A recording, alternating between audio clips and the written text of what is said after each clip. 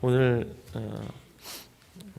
함께 은혜 나누실 하나님 말씀은 구약성경 욥기 23장입니다.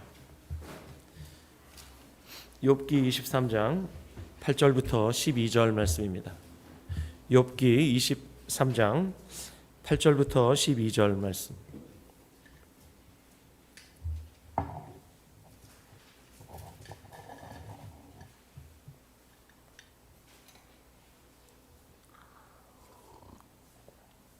찾으셨으면 8절부터 12절 다 함께 봉독하겠습니다. 시작.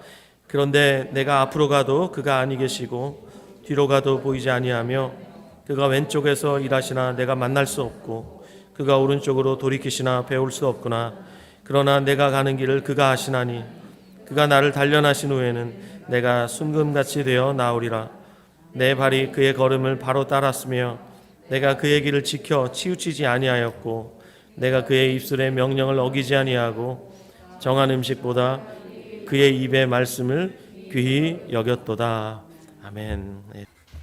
저는 오늘 봉독한 말씀을 중심으로 고난 앞에 서지 않고 예수 앞에 서다. 고난 앞에 서지 않고 예수 앞에 서다. 이와 같은 제목으로 하나님의 은혜를 증거하도록 하겠습니다. 2020년 설교 계획을 따라 매월 넷째 주일은 우리와 동시대를 살아가고 있는 혹은 살다 간 하나님의 사람들의 이야기를 통해 이 시대 빛과 소금으로 부름받은 우리들이 어떻게 살아야 할 것인가 하며 하늘의 지혜를 얻고 있습니다. 제가 지난 1월에는 거창고등학교 교장 선생님을 역임하셨던 고 전영창 선생님의 삶을 통해 십자가를 선택하라 라는 제목의 메시지를 나눴습니다. 2월 달에는 한동대학교 총장을 역임하셨던 고 김영길 장로님의 삶을 통해 엔트로피, 신트로피 라는 제목의 메시지를 나누었고 3월에는 고 서서평 선교사님의 삶을 통해 성공이 아니라 섬김입니다 라는 제목의 메시지를 나눴습니다. 오늘은 작년 2009년 5월 16일에 개봉되었던 영화 교회 오빠를 통해 소개되었던 고 이관희 집사님의 삶을 통해 주님이 주시는 음성을 듣고자 합니다. 여러분 중에 아니면 여러분이 알고 있는 대단한 과학자나 또 사회학자, 미래학자 중에서 이 세상에서 일어나고 있는 모든 불행과 고난을 과학적으로 이성적이고 합리적으로 논리적으로 완벽하게 설명할 수 있는 사람 혹시 있나요? 특별히 지금 전 지구적으로 확산되고 있는 코로나19 바이러스의 원인과 대책 그리고 앞으로의 추이에 대해서 예컨대 치료제와 백신은 언제 개발될 것이며 코로나19 바이러스는 언제 완전히 소멸될 수 있을까에 대해 정말 명쾌하고 속 시원하게 설명해 줄 수 있는 사람 혹시 알고 계신가요? 살면서 여러 가지 불행이나 재난이 찾아오면 대부분의 사람들은 원인을 찾으려고 애를 씁니다. 요한복음 9장을 보면 날 때부터 맹인된 사람 한 사람이 등장합니다. 그런데 제자들이 이 맹인된 사람의 원인을 두고 예수님께 이렇게 묻습니다. 누구 죄 때문입니까? 자기 죄 때문입니까? 아니면 부모의 죄 때문입니까? 제자들은 이 사람이 맹인된 이유를, 이 불행의 이유를 죄에서 찾았습니다. 그러나 예수님은 다르게 말씀하셨습니다. 요한복음 9장 3절입니다. 이 사람이나 그 부모의 죄로 인한 것이 아니라 그에게서 하나님의 하시는 일을 나타내고자 하심이라. 죄가 주된 원인이 아니라고 말씀하신 것이죠.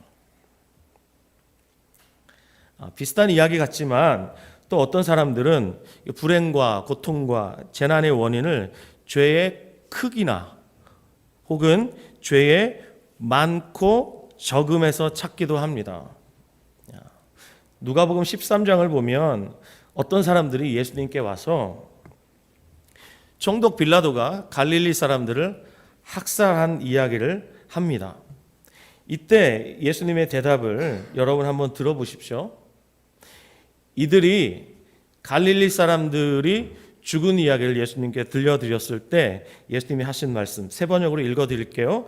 예수께서 그들에게 대답하셨다. 이 갈릴리 사람들이 이런 변을 당했다고 해서 다른 모든 갈릴리 사람보다 더 큰 죄인이라고 생각하느냐? 그렇지 않다. 내가 너희에게 말한다. 너희도 회개하지 않으면 모두 그렇게 망할 것이다. 이어서 또 말씀하셨습니다. 역시 세 번역으로 읽어드리겠습니다. 또 실로암에 있는 탑이 무너져서 치여 죽은 18사람은 예루살렘에 사는 다른 모든 사람보다 더 많이 죄를 지은 사람이라고 생각하느냐? 그렇지 않다. 내가 너희에게 말한다. 너희도 회개하지 않으면 모두 그렇게 망할 것이다. 예수님의 대답은 당시 사람들의 생각과 완전히 달랐습니다. 사람들은 불행이나 슬픔의 원인을 죄의 많고 적음 혹은 죄의 크고 작음에서 찾았습니다. 이를테면 이렇게 말한 거죠. 저 사람들이 희생당한 이유는 우리보다 죄가 많기 때문이야. 우리보다 죄가 크고 무겁기 때문이야. 그도 그럴 것이 당시 이 민중들의 절대적인 지지를 받았던 바리새인들, 이 민중의 지도자들은 이렇게 생각했어요. 죄를 많이 지으면 현세에서도 그에 상응하는 벌을 받는다고요. 그런데 예수님은 그렇게 믿고 말하던 그들을 향해 이렇게 말씀하셨어요. 너희 역시 회개하지 않으면 망할 것이다. 무슨 뜻인가요? 예수님께 지금 이 얘기를 전해주고 있는 이 사람들, 그들의 죄 역시 총독 빌라도에게 죽은 그 사람들 혹은 실로암의 망대가 무너져서 죽은 그 사람들 못지않게 심각하다는 거예요. 그러므로 너희도 회개하지 않으면 이렇게 망한다라고 말씀하셨어요. 우리가 구약성경 신명기 28장 흔히 복장이라고 알고 계시죠? 복복복복 들어가도 복받고 나가도 복받고 복장으로 알고 있는데 신명기 28장 15절 말씀을 다 함께 찾아주시기 바랍니다. 신명기 28장 15절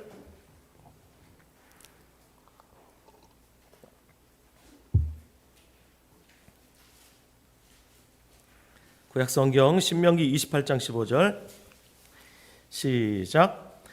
내가 다시요. 다 찾으세요. 네. 다 함께 읽겠습니다. 시작.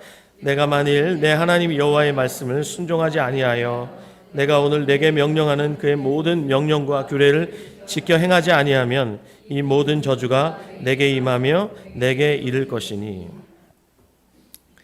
신명기 28장 특별히 15절 말씀을 근거로 볼 때 인간이 당하는 모든 저주 있지 않습니까? 고통과 고난과 재앙과 슬픔 같은 모든 저주는 불순종과 죄에 대한 하나님의 심판임을 알 수가 있습니다. 이 말씀을 근거로 이스라엘 백성들은 하나님과 언약을 맺었는데 하나님께서 선택하여 세우신 이스라엘 백성은 이제부터 순종하면 생명과 축복을 누리겠지만 불순종하고 죄를 지으면 사망과 저주를 당하게 될 것이다. 하나님 이렇게 약속하시고 이것을 삶의 원칙으로 주셨어요. 이것이 모세오경의 결론입니다. 이후 여호수아서부터 에스더까지 성경에 나오는 이 역사서, 이 역사서의 모든 사건을 지배하는 모든 판단을 지배하는 근거는 바로 신명기 28장에 나오는 이 말씀이에요. 순종하면 복받고 불순종하면 저주받는 거예요. 실제로 하나님의 말씀에 순종했을 때 이스라엘 백성들은 그들의 영토가 확장되고 그리고 나라가 부강해졌습니다. 반대로 불순종하고 타락했을 때는 주변 민족들로부터 침략을 받아서 영토를 빼앗기고 전쟁을 통해서 수많은 사람들이 죽임을 당하고 전염병 같은 재앙을 당하고 결국 나라를 빼앗기기까지 했습니다.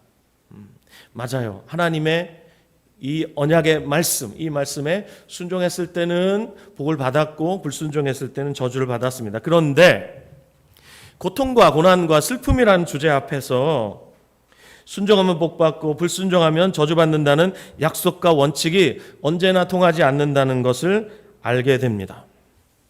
특히 구약성경 욥기의 주인공 욥을 보면 이것을 단박에 알 수가 있습니다. 욥기에 등장하는 욥, 여러분이 이미 잘 알고 계세요. 욥 이런 사람 또 없습니다. 얼마나 순전한지, 얼마나 하나님 앞에 깨끗한지. 욥기 1장 1절은 욥을 이렇게 소개하고 있습니다. 우스 땅에 욥이라 불리는 사람이 있었는데 그 사람은 온전하고 정직하여 하나님을 경외하며 악에서 떠난 자더라. 거의 완벽에 가까운 사람이에요. 그렇다고 이 사람이 죄가 없다 이런 뜻은 아니에요. 구약의 지혜 문학으로 알려져 있는 이 욥기에서 의인을 칭할 때 이렇게 표현을 했어요. 그 사람은 온전하고 또 정직하고 하나님을 경외하고 악에서 떠났다. 또 욥은 하나님의 자랑거리였습니다. 욥기 1장 8절을 보면 하나님이 사탄에게 욥을 자랑하시는 것을 볼 수 있습니다. 여호와께서 사탄에게 이르시되 네가 내 종 욥을 주의하여 보았느냐? 그와 같이 온전하고 정직하여 하나님을 경외하며 악을 떠난 자는 세상에 없느니라. 자, 여러분 앞을 보시죠. 근데 이 욥에게 고난이 쓰나미처럼 몰려옵니다. 하루아침에 그 어마어마한 재산을 다 잃어버리게 됩니다. 그리고 자녀들이 몰살당하게 됩니다. 여러분 같으면 맨정신으로 살 수 있겠어요? 아마 미쳐버리지 않겠어요?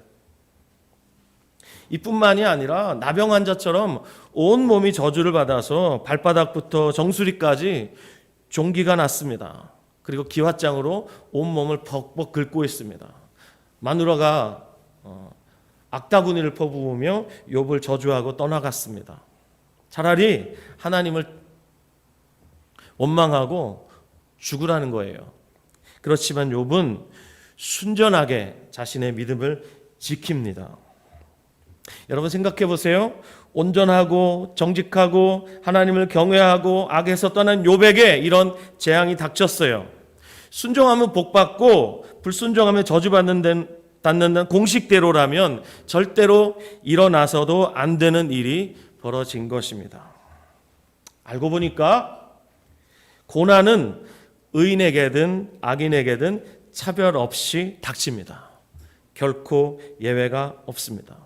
따라서 고난을 당할 때 왜 내게 이런 고난이 찾아왔지 하면서 누구에게나 예외 없이 닥쳐오는 고난 자체를 묵상하는 것은 결코 바람직하지 않습니다. 물론 내가 고난당하는 것이 혹시 내 죄 때문은 아닐까 하면서 자신의 삶을 돌아보는 것은 우리 각자의 거룩과 성화를 위해서는 꼭 필요하고 중요합니다. 그 과정에서 이 고난의 이유가 나의 죄 때문이라는 것을 알게 되면 이 죄로 인해서 내가 하나님의 징계를 당하고 있구나라는 것을 알게 되면 회개할 일입니다. 이렇게 고난의 이유가 나의 죄 때문이고 이 죄 때문에 내가 지금 징계를 받고 있고 이 고난을 당하고 있구나 라는 것을 알게 되고 회개하면서 근신하며 하나님 앞에 엎드리는 이 모든 과정들은 하나님의 자녀인 저와 여러분에게는 엄청난 유익을 주죠. 다 같이 히브리서 12장 8절에서 10절 말씀을 찾아주시기 바랍니다. 구약성경 말고 신약성경 히브리서 12장 8절에서 10절 말씀입니다. 히브리서 12장 8절에서 10절 말씀. 신약성경 히브리서 12장 8절에서 10절 다 함께 읽습니다. 시작. 징계는 다 받는 것이거늘 너희에게 없으면 사생자여 친아들이 아니니라. 또 우리 육신의 아버지가 우리를 징계하여도 공경하였거든 하물며 모든 영의 아버지께 더욱 복종하며 살려 하지 않겠느냐? 그들은 잠시 자기의 뜻대로 우리를 징계하였거니와 오직 하나님은 우리의 유익을 위하여 그의 거룩하심에 참여하게 하시느니라. 네, 징계받지 않는 자는 사생합니다. 하나님은 우리 아버지이셔서 우리가 습관적으로 계속해서 동일한 죄를 반복하고 있을 때, 도무지 그 죄를 놓지 못할 때, 그때 하나님은 우리를 징계하심을 통해서 우리를 돌이키십니다. 그것을 통해서 우리를 거룩하심에 참여하게 하십니다. 이것은 우리에게 큰 유익이 있습니다. 그러나 아무리 생각해봐도 고난의 이유를 도무지 알 수 없을 때는 더 이상 고난을 묵상할 게 아니라 우리의 삶의 주인이신 예수님 앞에 나아가야 되는 거예요. 그래서 오늘 설교의 제목이 고난 앞에 서지 않고 예수 앞에 서다입니다. 오늘 우리가 조금 들여다보게 된 영화 교회 오빠의 주인공 이관희 집사님은 영화 제목처럼 전형적인 교회 오빠였습니다. 제가 지금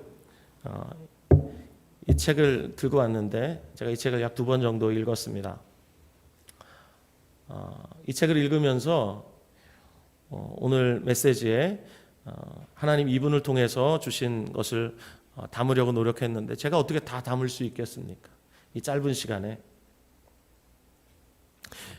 여러분들 기회가 되면 제가 이 책을 원하시는 분에게 빌려드릴 테니까 그냥 한 몇 시간이면 다 읽습니다.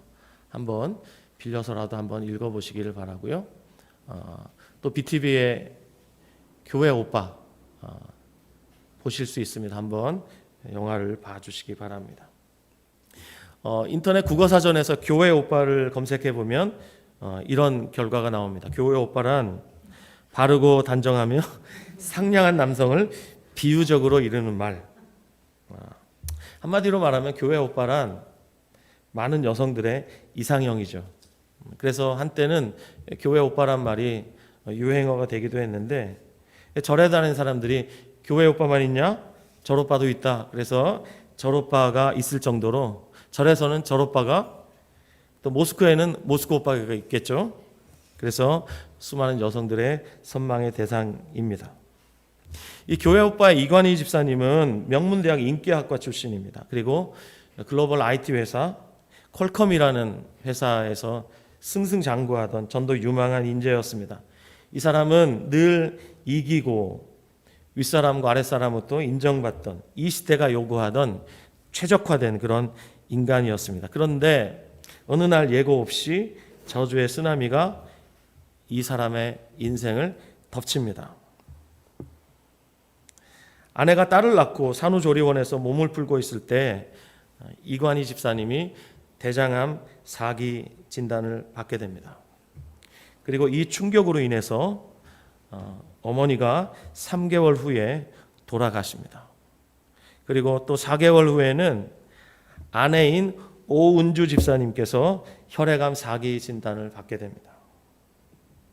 부부 두 사람이 전부 4기 암 환자인 경우는 대학 교수들 사이에서도 아주 생소한 이야기라 결국 2017년 12월 KBS 스페셜 암 교회 오빠 편으로 방영이 됩니다. 그러자 시청자들이 폭발적인 반응을 보였습니다. 그래서 이관희 집사님이 돌아가신 이후에 영화가 나왔습니다. 영화 이름이 바로 교회 오빠입니다.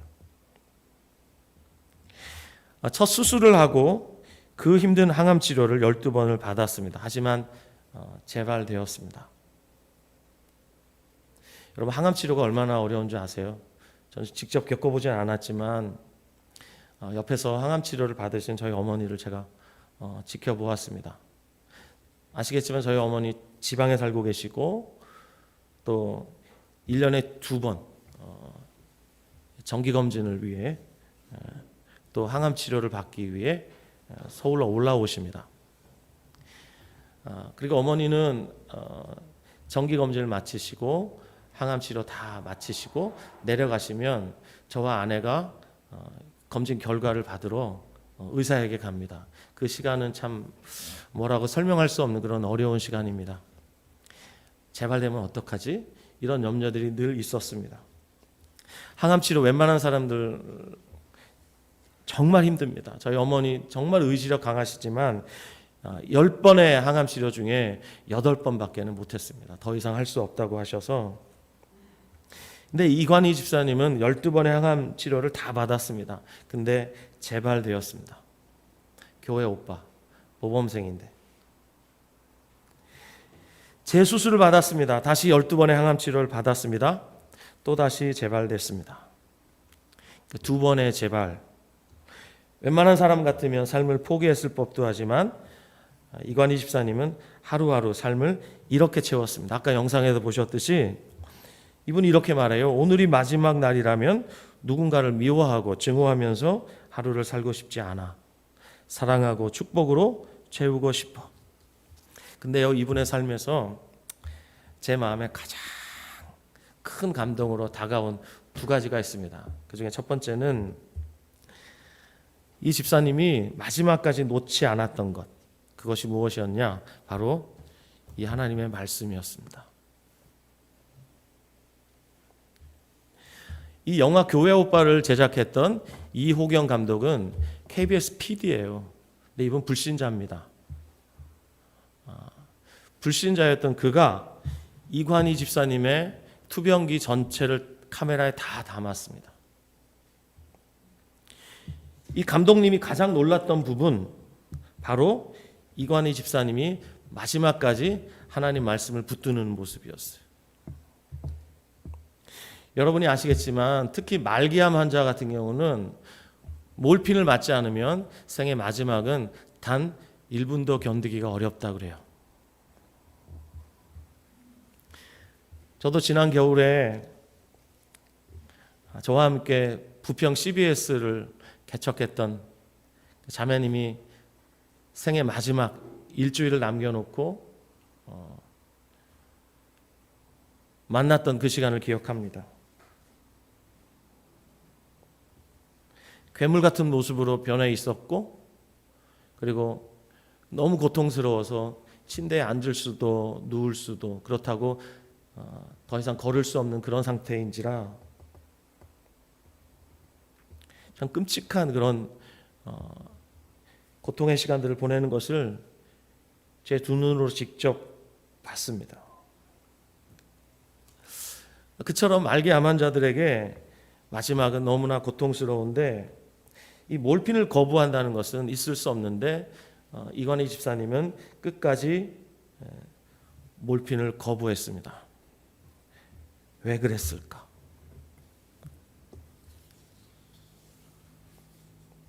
왜 끝까지 몰핀을 거부했을까? 이 책 126페이지에 보면 이호경 감독이 이런 말을 합니다. 나는 몰핀을 거부하는 이관희를 옆에서 보면서 정말 저렇게까지 할 필요가 있을까? 오히려 몰핀을 맞은 상태가 더 하나님의 목소리를 듣기에 쉽지 않을까? 이 불신자가 이런 말을 썼어요.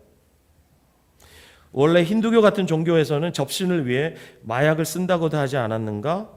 라고 생각을 했다. 근데 이관희 집사님의 부인 오은주 집사님의 이야기를 들어보면 참 기가 막힙니다. 아내의 증언입니다. 여러분 잘 들어보십시오. 몰핀을 맞으면 정신이 해롱거려지는데 자기는 지금 하나님의 말씀을 보지 않으면 하루도 살 수가 없는데 몰핀을 맞으면 성경 말씀이 들어오지가 않는데요. 그래서 통증을 차라리 참는 게 자기한테는 더 낫다고. 그러면서 맑은 정신으로 말씀을 읽고 싶고 설교를 듣고 싶다고. 그래서 임종하는 순간까지 안 맞았어요.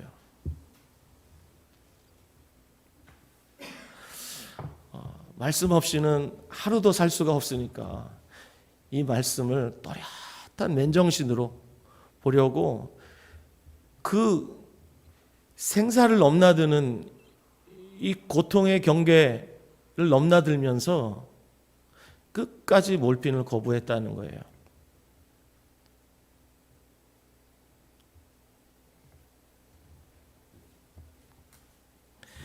맑은 정신으로 말씀을 읽고 싶고 설교를 듣고 싶다고, 그래서 임종하는 순간까지 맞지 않았다는 거예요. 저의 짧은 메시지로, 저의 짧은 필설로 이 집사님의 삶을 다 풀어낼 수는 없지만, 이 집사님의 이런 삶을 가능하게 한 원인을 제가 가만히 생각해 봤어요. 그러면서 오늘 설교의 제목처럼 이분이 고난 앞에 선 게 아니라 예수님 앞에 섰기 때문에 이 모든 것이 가능했다고 저는 믿게 됐어요. 오늘 우리가 봉독한 짧은 본문 욥기서 23장 8절부터 12절 말씀, 특별히 10절 말씀 다시 보십시오, 여러분.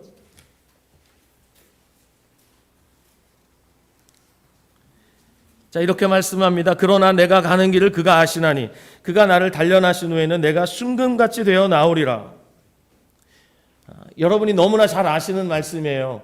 저는 욥의 이 고백을 참 대단하다 생각하기 이전에 참 정직하다고 생각해요. 욥의 이 고백은 너무나 정직한 겁니다. 여러분과 저, 우리 중 그 누가 한 치 앞을 감히 내다볼 수 있습니까? 우리 중 그 누가 내일 일을 자랑할 수 있습니까? 우리 중 그 누가 감히 내가 가는 길을 다 알고 있다고 말할 수 있겠습니까? 그러므로 욥의 이 고백은 너무나 정직하다 못해 하나님의 마음에 너무나 쏙 드는 말입니다. 제가 믿기로 이렇게 고백하는 욥의 삶, 하나님이 너무 기뻐하셨다고 믿고 이 시대를 살아가고 있는 저와 여러분이 만약에 이렇게 고백할 수 있다면 주님이 저와 여러분의 삶을 결코 외면하지 않으실 거라고 저는 확신해요. 내가 가는 길을 그가 아신다. 아시는 대로 욥의 고난은 하나님이 욥을 가리켜서 내 종이라고 자랑하시면서 시작된 것입니다. 하나님과 사탄 사이에 하늘에서 이루어진 이 대화 때문에 땅에 있는 욥에게 고난이 쏟아져 부어진 거예요. 땅에 살고 있었던 욥이 하늘에서 벌어진 일을 알 턱이 없었습니다. 그래서 욥은 고난의 이유를 전혀 모른 채 고난의 쓰나미 위에 휩쓸려 갔습니다. 아무리 애를 써봐도 도무지 고난의 이유를 알 수가 없었습니다. 욥의 세 친구도 애를 써봤지만 욥이 당하는 고난을 조금 더 설명할 수가 없었어요. 왜요? 그들 전부는 땅의 사람들이었기 때문에, 하늘에서 벌어진 일들을 도무지 알 수 없었기 때문에 그들은 고난의 이유를 도무지 알 수도 없었고 설명도 할 수가 없었어요. 근데 여러분, 고난의 때에 저 여러분들이 동일하게 겪는 힘든 일이 있어요. 고난의 때에 정말 힘든 게 뭔 줄 아세요? 아무리 애를 써도 하나님의 말씀이 들리지 않는 거예요. 아무리 힘들어도 주님이 내 마음속에서 세미한 음성으로 한마디만 해주시면 모든 거 다 견딜 수 있습니다. 견딜 수 있어요. 하지만 아무리 찾아봐도 하나님이 안 보이는 것, 하나님의 음성이 도무지 들리지 않는 것, 이것만큼 괴로운 것은 없어요. 욥이 그랬어요. 오늘의 본문 욥기 23장 8절 9절 보시기 바랍니다. 욥기 23장 8절 9절 다 함께 읽어요. 시작. 그런데 내가 앞으로 가도 그가 아니 계시고 뒤로 가도 보이지 아니하며 그가 왼쪽에서 일하시나 내가 만날 수 없고 그가 오른쪽으로 돌이키시나 배울 수 없구나. 욥은 자신이 당하는 고난이 너무 부당하다고 여겨졌을 수 있어요. 그래서 자신의 순전함, 자신의 결백을 입증하기 위해서 동분서주합니다. 지금 방금 읽은 8절과 9절 말씀으로 제가 얘기해 볼까요? 앞으로도 가봤습니다. 뒤로도 가봤습니다. 왼쪽으로도 가보고 오른쪽으로도 다 가봤습니다. 하지만 헛수고였습니다. 왜요? 하나님이 안 계시니까요. 하나님이 안 보이시니까요. 그런데 하나님을 찾아 발견할 수 없었던 욥에게 한 가지 분명히 알고 있었던 것, 그가 확신하고 있었던 한 가지 있었습니다. 그건 뭐냐면 하나님이 살아계신다는 거였어요. 살아계신 하나님이 그의 인생의 주인이시고 그분께서 그의 길을 알고 계신다는 거였어요. 그러니까 그가 이렇게 말하잖아요. 내가 가는 길을 그가 아신다. 너무나 정직한 고백이고 너무나 정답 같은 그런 고백이에요. 또 욥은 하나님의 목적이 너무나 선하다는 것을 믿었습니다. 그러기에 이렇게 고백한 거예요. 그가 나를 단련하신 후에는 내가 순금같이 되어 나오리라.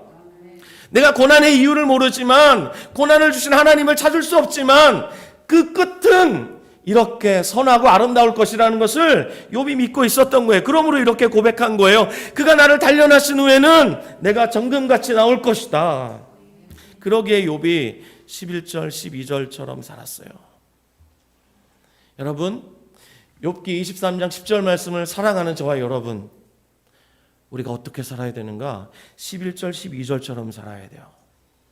같이 한번 읽겠습니다. 시작. 내 발이 그의 걸음을 바로 따랐으며 내가 그의 길을 지켜 치우치지 아니하였고 내가 그의 입술의 명령을 어기지 아니하고 정한 음식보다 그의 입의 말씀을 귀히 여겼도다. 아멘. 특별히 11절 말씀은 좀 이상하죠. 내 발이 그의 걸음을 바로 따랐으며, 지금 하나님이 안 보이는데 그의 걸음을 어떻게 봐요? 알 수가 없죠. 하나님의 걸음을 어떻게 봐요? 어떻게 따라가요? 이 말씀 앞에 있더라 이 말입니다. 이 말씀 안에 있더라 이 말입니다. 내가 그의 길을 지켜 치우치지 아니하고, 하나님이 여호수아에게 말씀하셨죠. 너는 좌로나 우로나 치우치지 말아라. 내가 너에게 말씀한 이 말씀을 따라 좌로나 우로나 치우치지 말고 오직 할 일은 이 말씀을 주야로 묵상해라. 여기에 길이 있다는 말씀이죠. 그렇죠? 그렇기 때문에 욥이 이렇게 말해요. 내가 그의 입술의 명령을 어기지 아니하고 정한 음식보다 그의 입의 말씀을 귀히 여겼도다. 음식보다 중요한 것이 말씀이라는 것을 욥이 삶으로 증거했어요. 이관희 집사님도 삶으로 보여줬어요. 그분의 별명이 뭔 줄 아세요? 현대판 욥이에요. 이 시대 우리 곁에 잠시 머물다간 40년의 짧은 인생을 통해서, 그 고통스러운 몇 년간의 이 투병을 통해서 우리 곁에 살다간 욥이에요. 여러분 기억하십시오. 영적으로 주인이 없는 사람은 한 사람도 없습니다. 모든 사람에겐 주인이 있습니다. 그것이 눈에 보이는 주인이든 눈에 보이지 않는 주인이든 하나님의 형상으로 창조된 사람에겐 누구나 예외 없이 주인이 있습니다. 그러면 이 시간 여러분에게 묻겠습니다. 저에게도 질문하는 겁니다. 저와 여러분, 우리의 주인은 누구이십니까? 어떤 것입니까? 어떤 대상입니까? 우리의 주인이 예수 그리스도이십니까? 고난당할 때 고난의 이유를 충분히 이해할 수 있는 사람은 세상 그 어디에도 없습니다. 그 누구도 정답을 모릅니다. 따라서 예수 그리스도를 주로 섬기는 저와 여러분, 우리는 다 이해할 수 없는 고난 앞에서 고난 자체를 묵상해서는 안 될 겁니다. 고난 앞에 서되 현실을 부정하거나 도피하지도 말아야 하겠습니다.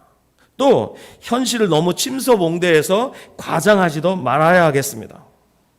다만 우리가 겪는 고난의 배후에 계시면서 저와 여러분, 우리 각자의 삶을 아시고 우리의 삶을 완전하게 알고 계시는 우리의 인생의 주인이신 예수 그리스도 앞에 서야 하겠습니다. 고난 앞에 서는 것이 아니라 예수님 앞에 선다는 말이 바로 이 말이라고 저는 믿습니다. 이를 통해 우리의 삶의 주인이 예수 그리스도이심을 우리 주변의 모든 사람들에게 우리 입으로 증거해야 하겠고 또 우리의 삶으로 증거해야만 하겠습니다. 이 책 교회 오빠 이관희의 제일 앞에 나오는 명언이 있습니다. 혹시 보이시나요? 안 보이시죠? 여러분이 몽골 사람이라면 다 보실 텐데, 몽골 사람은 뭐 2.0, 3.0 수두룩하잖아요. 여기 이렇게 되어 있습니다. 제가 읽어드릴게요. 하나님은 눈부신 삶을 사는 사람을 증거로 삼기도 하지만 고통 속에서 주님을 놓지 않으려는 사람도 증거로 삼으신다. 교회 오빠 이관이 굉장히 모범적인 사람이고 누구나 되고 싶어하는 선망의 대상이었습니다. 그리고 교회에서 아주 모범적인 그런 신앙생활을 했던 그런 사람입니다. 그리고 누구라도 가고 싶어하는 글로벌 IT 기업에 아주 승승장구하던 그런 인재였습니다. 세상은요, 우리에게 눈부신 삶을 요구해요. 남들보다 뛰어난 삶을 요구해요. 대단한 스펙을 요구하고 남들보다 몇 걸음 앞서갈 것을 요구해요. 그래서 우리 그리스도인들도 은연중에 눈부신 삶을 살아야 된다고 강박관념을 갖게 돼요. 남들보다 조금 앞서고 싶어하고 남들보다 조금 더 가지고 싶어하고 남들보다 더 많이 알고 싶어하고.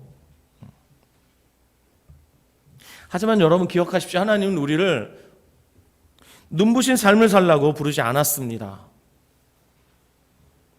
오히려 고통 속에서 주님을 놓지 않으려는 사람, 이런 사람으로 우리를 부르셨어요. 이관희 집사님처럼 말기암으로 고통당하는 삶은 아니라 할지라도 하나님은 저와 여러분을 우리의 삶에서 여러 가지 어려운 문제 속에서도 결코 주님을 놓지 않으려는 사람으로 우리를 부르셔서 우리를 통해서도 하나님 살아계심과 예수 그리스도가 저희 여러분의 삶의 주인이라는 것을 증언하기를 원하신다는 사실을 기억하시기 바랍니다. 주님께서 저와 여러분을 이 시대의 소금과 빛으로 불러주셨어요. 우리를 이미 빛이라 소금이라 불러주셨는데 이것도 감당할 길이 없을 만큼 너무나 영광스럽죠. 하지만 주님은 오늘도 우리의 삶에 크고 작은 여러 가지 어려움과 고난과 아픔을 통해서 우리를 빛답게 소금답게 만들어가고 계신다고 믿습니다. 우리의 호흡이 끝나는 순간까지 주님의 이 열심은 결코 중단되지 않을 겁니다. 주님의 끝없는 이 열심과 선하신 손길에 저와 여러분의 인생을 맡기며 하루하루 살아갔으면 좋겠습니다. 이 책 교회 오빠 이관희를 읽으면서 제 마음속에 두 가지가 크게 다가왔다 그랬죠. 그러니까 첫 번째는 끝까지 말씀을 붙들었던 이 집사님의 모습이고, 두 번째는 아마 아까 영상으로 보셨으니까 아실 거예요. 제일 마지막에 하루를 더 살아야 하는 이유에 대해서 저도 이 책을 읽다가 이분처럼 이렇게 가슴에 와닿게 말씀하신 분은 제가 만나보지를 못했습니다. 이 책 97페이지에서 이 책의 공저자이기도 한, 그리고 영화 교회 오빠의 감독이기도 한 이호경 감독이 이런 말을 해요. 여러분 한번 들어보실랍니까? 누군가 나에게 당신은 왜 더 살아야 합니까? 라고 묻는다면 무슨 대답을 할 수 있을까? 내 아이의 아빠로서 경제적 지원과 사랑을 오랫동안 주고 싶은 마음이 강하지만 과연 그것이 내가 목숨 걸고 지켜야 하는 나의 사명일까? 혹시 그것은 겉으로의 명분이고 사실은 나도 내 삶의 이유를 잘 모르고 있지는 않은가? 인생이란 어쩌면 죽는 날까지 당신은 왜 더 살아야 합니까? 라는 질문에 답변을 찾는 과정이 아닐까 싶다. 오랫동안 고민해왔던 삶의 이유에 대해서 이관희처럼 명쾌하고 울림이 있는 답변을 하는 사람은 본 적이 없었고 앞으로도 보기 힘들 듯하다. 시간이 많이 지났음에도 자꾸자꾸 그 대답이 머릿속에 떠오른다. 당신은 왜 더 살아야 합니까? 오늘 하루 우리의 삶의 이유가 뭡니까? 라고 이분이 스스로에게 질문을 해본 거예요. 여기에 아까 영상의 마지막에 보셨던 것처럼 이관희 집사님의 대답 여러분에게 들려드리고 오늘 설교를 마치려고 합니다. 왜 저보고 하루라도 더 살아야 되냐고 물어봤을 때는 하루라는 시간을 통해서 제가 조금이라도 더 온전해질 수 있는 기회를 갖고 싶은 거예요. 서투르고 부족한 점들이 많았던 삶이었기 때문에 하루라는 시간이라도 주어진다면 조금이라도 더 온전하고 성숙한 하루를 살 수 있는 기회를 갖고 싶어서 그게 삶의 이유인 것 같아요. 여러분에게 이유가 되시겠습니까? 왜 우리가 다음 한 주간을 살아야 되죠? 이것이 이유가 될 수 있겠습니까? 다 함께 유다서 24절 25절 읽겠습니다. 신약성경 제일 마지막 요한계시록 바로 앞에 유다서가 있습니다.